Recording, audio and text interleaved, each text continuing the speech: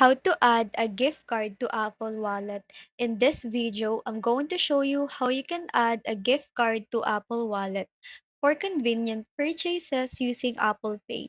Just keep in mind that not all gift cards are eligible for this method.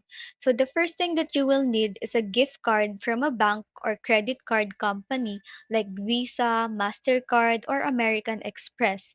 Just remember that not every card works with Apple Wallet. So to confirm if a specific card is compatible, you can refer to the Apple's list of wallet eligible retailers.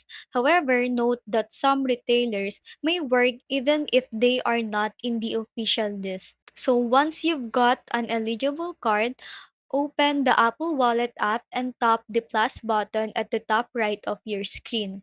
Next, tap on debit or credit card.